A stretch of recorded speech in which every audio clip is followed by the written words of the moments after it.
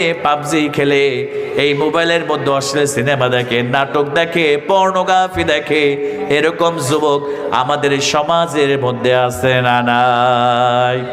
আমাদের যুবকদের যত রাত হয়, যুবকেরা তত গুনাহের দিকে ধাবিত হয়। কথা বলেন ঠিক কিনা? বাবা যখন ঘুমিয়ে যায়, মা যখন ঘুমিয়ে যায়, বোন যখন ঘুমিয়ে যায়, ভাই যখন ঘুমিয়ে যায়, যুবকেরা ঘরের লাইট অফ করে দিয়ে, দরজা জানালা বন্ধ করে দেয়া, এই মোবাইলের মধ্যে যুবকেরা পর্নোগ্রাফি দেখে, অশ্লীল সিনেমা দেখে। এরকম যুবক আমাদের সমাজের মধ্যে আছে না নাই? অনেক যুবক আছে এই মোবাইল ফোনের মাধ্যমে জিনার সম্পর্ক করে, হোয়াটসঅ্যাপের মাধ্যমে, ফেসবুকের মাধ্যমে অনেক যুবকেরা গুনাহ করে, জিনা করে, ব্যভিচার করে। ও যুবক, কলিজার টুকরা প্রিয় ভাইয়েরা, তোমার আল্লাহ পাক রব্বুল আলামিন তোমারে কত মহব্বত করে, তোমার আল্লাহ রব্বুল আলামিন তোমারে কত ভালোবাসে। ও আমার যুবক ভাইয়েরা, তুমি জিনা করো, ব্যভিচার করো, আল্লাহ চাইলে তোমার রিজিককে বন্ধ করতে পারতেন, তোমার অক্সিজেনকে বন্ধ করতে পারতেন, কিন্তু তোমার রব তোমার জন্য অক্সিজেন বন্ধ করে নাই, রিজিককে বন্ধ করে নাই।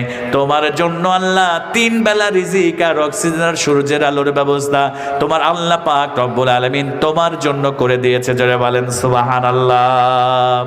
এজন্য আমার যুবক ভাইয়েরা, হারাম সম্পর্কের মধ্যে জীবনটাকে নষ্ট করে দিও না। আল্লাহ রাসূলের সাহাবী আব্দুল্লাহ ইবনে আব্বাস বললেন, যারা হারাম সম্পর্ক করে, যারা পরকিয়া করে, যারা জিনার সম্পর্ক করে, যারা ব্যভিচার করে, এই পৃথিবীতে আল্লাহ তাদেরকে 4টা আযাব না দিয়ে আল্লাহ পাক এই দুনিয়া থেকে বিদায় করবে না। সবাই বলেন তো প্রিয় ভাইরা, কয়টা আযাব? আর একটু জোরে বলেন না, কয়টা আযাব? যারা জিনা করে তাদের 4টা আযাব। যুবকেরা মনোযোগ দিয়ে শোনেন, আমার যুবতী বোনেরা মনোযোগ দিয়ে শ্রবণ করেন।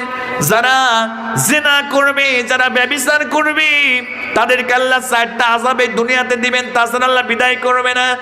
1 নম্বর আযাব হলো, আল্লাহ রাসূলের সাহাবী আব্দুল্লাহ ইবনে আব্বাস বললেন, যারা জিনা করে, ব্যভিচার করে, আল্লাহ তাদের চেহারার উজ্জ্বলতাকে আল্লাহ পাক নষ্ট করে দেয়। জোরে বলেন নাউজুবিল্লাহ। আব্দুল্লাহ ইবনে আব্বাস রাদিয়াল্লাহু তাআলা বললেন, 2 নম্বরে নুকসান ফিরিস, আল্লাহ তার রিজিকের বরকত কমায় দেয়। 3 নম্বরে আব্দুল্লাহ ইবনে আব্বাস রাদিয়াল্লাহু তাআলা বললেন, আল্লাহ পাক তার মধ্যে হতাশা ঢুকায় দেয়, এক পর্যায়ে সে আত্মহত্যার পথ বেছে নিতে বাধ্য হয়ে যায়।